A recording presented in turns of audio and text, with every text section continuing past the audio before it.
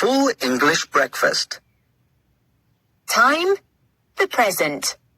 Place, Hastings, on the southeast coast of England. My Aunt Brenda owns a small hotel called the Seaview Guest House in Hastings. It's got 5 bedrooms and it's a very good guest house. People come from everywhere to stay there. Hastings is a good place to stay if you want to see the beautiful southeast coast of England. It's an old town. Aunt Brenda's house is over 100 years old, and she has managed it as a guest house for the last 10 years. Aunt Brenda is a good-looking woman. Everybody says so. She's almost 40 years of age, with red hair and a mind of her own. Her husband is my Uncle Ralph, and he loves her very much. Her guests always like her too. My Uncle Ralph is a local butcher, and he has a shop. The shop is well known in the town. He provides all the meat for the guest house. His sausages, Aunt Brenda always says, are the best in England. She always persuades her guests to have them for breakfast. Her full English breakfast, as she calls it, is famous in Hastings. Brenda's full English breakfast includes bacon, eggs, mushrooms, tomatoes, toast, and of course, Uncle Ralph's sausages. They are the most important part of it. Aunt Brenda takes great pleasure in the fact that all of her guests have tried Ralph's sausages and loved them. All, that is, except Mr. Dunn. Don't you worry, Brenda told me. I'll make sure he eats Ralph's sausages before he leaves here. Just you wait and see. Aunt Brenda's full English breakfast is mentioned in all the holiday web pages.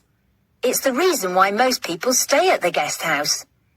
If you don't eat it all, especially the sausages, she thinks you are just being rude, and there is no way she will accept that.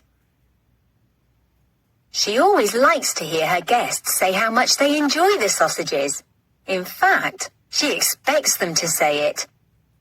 Now don't think for one moment that Ralph's sausages are anything less than delicious. He makes sausages out of different kinds of meat. They are made in all kinds of different ways and flavours, to please all kinds of tastes, except Mr. Dunn's. You see, Mr. Dunn was a vegetarian. A vegetarian doesn't eat meat at all. No chicken, no beef, no pork, and not even any fish. In fact, Mr. Dunn didn't even wear leather shoes. Even his sweaters, Brenda tells me, weren't made of wool. Now don't tell me that's normal, Brenda told me. We've had vegetarians at the guest house before. I always manage to persuade them to have a sausage. And once they've had one... Here, Brenda raised her eyes to the ceiling. When she did this, she meant, you know what happens next. And of course I do. Nobody has ever tasted Ralph's sausages before and not wanted another. I could see that she wasn't going to let Mr. Dunn be the first to refuse. Not if she could help it. I knew then that Mr. Dunn, one way or another, was going to eat a sausage. Me? I'm Claire, Aunt Brenda's niece. I live in Hastings too, with my mum. My aunt and I have always got on well, and I see a lot of her. We both love Hastings. Like many towns by the sea, it has lots of visitors. Some of them are rather strange. Some pass through, and some stay. Seaside towns like Hastings seem to interest all kinds of people. I think that's part of the reason we both like Hastings. But Mr. Dunn was stranger than anybody I'd ever seen before. To begin with, he looked as if he hadn't had a good meal for a long time. He was tall and thin, and his hair was as grey as iron. His nose was big and made him look like a wild, hungry eagle. His eyes were deep in his head, and his teeth were long and yellow. One thinks of vegetarians as being gentle people. He didn't look gentle at all. He looked like he could kill things with his teeth alone, if he wanted to. Then there were his hands. They were long, and he had thin fingers with thick, sharp fingernails. His fingers looked very strong. I don't know what he did for a living. I wouldn't like to work with him, I'm sure of that. Mr. Dunn was going to be staying at my aunt's house for 3 weeks. Aunt Brenda had to buy vegetarian stuff just for him, like soya milk. He never had cow's milk. She didn't like that. He always ate his cereal with soya milk for breakfast, without speaking to anyone. She didn't like that either. I have breakfast at Aunt Brenda's place every Saturday morning. She likes to look after her little niece, even though I am already 17 years old. This Saturday, she wanted me to talk to Mr. Dunn. "You see what you can find out about him, Claire," she told me. "I want to see him eating a nice sausage, not that soya rubbish. And please hurry up. He's already been here for over a week. I've only got 10 days left to do it." I don't see anything wrong with being a vegetarian. I really don't. But you don't argue with Aunt Brenda. So, at 8 o'clock on Saturday morning, I was sitting across the table from Mr. Dunn. I was given my full English breakfast, complete with Ralph's beautiful sausages, and Mr. Dunn had his cereal and soya milk. "Good morning," I said cheerfully. "Lovely day, isn't it?" Mr. Dunn looked up from his bowl. His eyes were big and grey. He replied with a voice that sounded like a bear with a bad throat. The sun was shining. It was early September. It was a lovely day. "Have you tried these sausages?" I asked. "They really are delicious." "I don't eat meat," he said. "Not anymore." You used to eat it then?" I asked. Mr. Dunn gave me a bad-tempered look, and then he answered slowly, "I was told I had to give it up." For health reasons?" I asked. Mr. Dunn almost smiled at me as he raised a corner of his mouth. "Oh yes, my health, and others too." I heard him make a deep sound that may have been laughter. It was hard to tell with Mr. Dunn. "Surely just one sausage wouldn't hurt you," I said, holding up a piece on my fork as if to make my point clear. "They really are good." Mr. Dunn said nothing, but the look he gave me was enough to make me shut up. I finished my breakfast and left as soon as I could. "For health reasons," said Brenda over a cup of tea later that morning, "Ralph's sausages would be really good for anybody's health. He needs a bit of meat, if you ask me. It would do him good." I could see by the look in her eyes that Brenda was thinking of something. When Brenda starts thinking of something, it usually means trouble for somebody. Usually me. "You say he used to eat meat." Brenda looked towards me. "He ate it once, he'll eat it again. I just have to think of a plan." Oh no, I thought to myself. Brenda had, of course, tried to interest Mr. Dunn in her sausages from the first day he arrived. Every morning she asked him again, until he told her not to. That was only on the 3rd day. So Brenda said nothing more and gave him his vegetarian breakfasts. She asked him about himself, just to make conversation. The truth is, Brenda is the kind of person who likes to know other people's business. She didn't get much out of Mr. Dunn, but she didn't give up. Eventually, on the Monday of the 2nd week, she got some information out of him. "So that's what he told me, Claire," she said. "He's resting after an illness. He didn't say what it was, but he has to be careful with his diet. I told you he looked ill, didn't I? Anyway, anybody can see that all he needs is some good meat inside him. It would do him a lot of good. You can see in his eyes he wants meat. I've seen him looking at the other guests when they're eating their sausages. You can't tell me he's happy with cereal and soya milk. A few days later, I stopped at Aunt Brenda's guest house to see what was happening with Mr. Dunn. He's agreed to try a sausage, my aunt told me excitedly. Really? I said. I was amazed. Well, he said he might try a vegetarian sausage, she said. So is Uncle Ralph going to make some? I asked her. Well, that's what I told Mr. Dunn, my aunt replied. I said they would be ready on Saturday. And then she added, oh, and I also said that you would try them first and let him know what they are like. But of course, Brenda was lying about the sausages. Ralph had never made vegetarian sausages in his life, and he wasn't going to start now.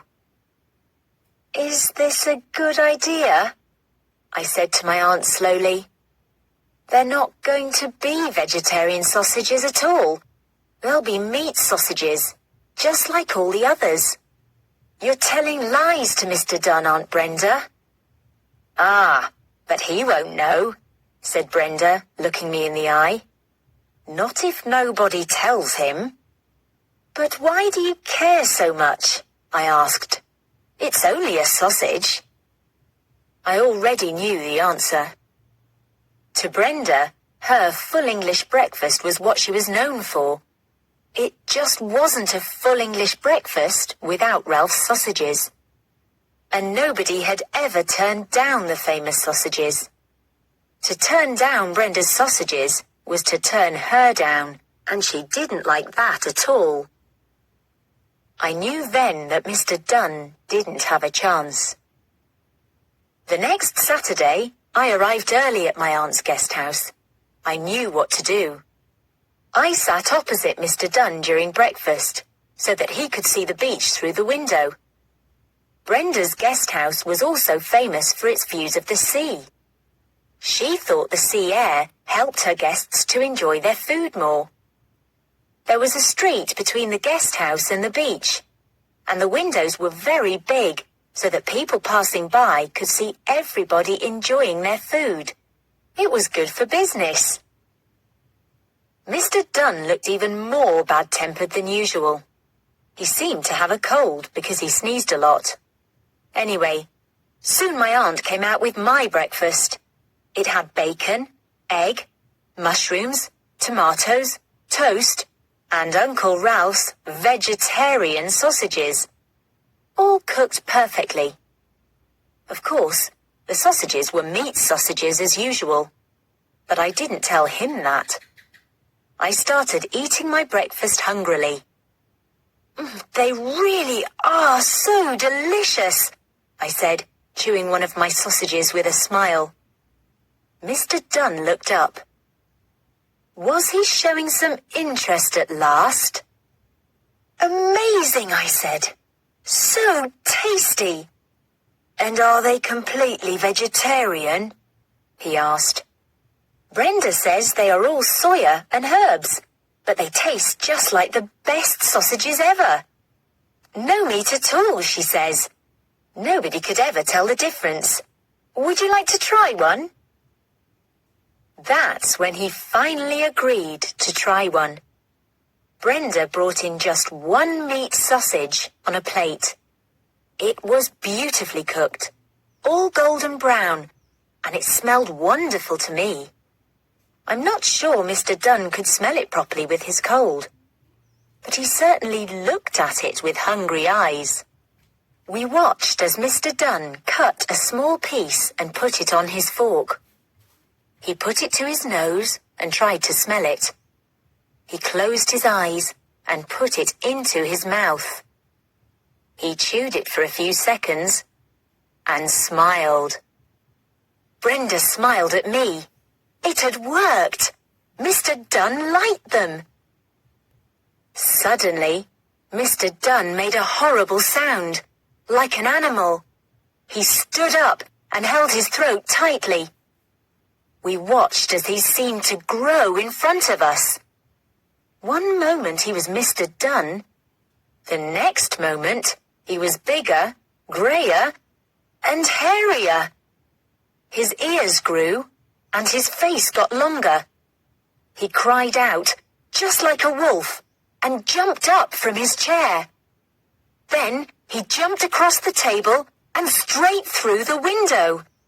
There was a huge crash as broken glass was sent flying all over the street.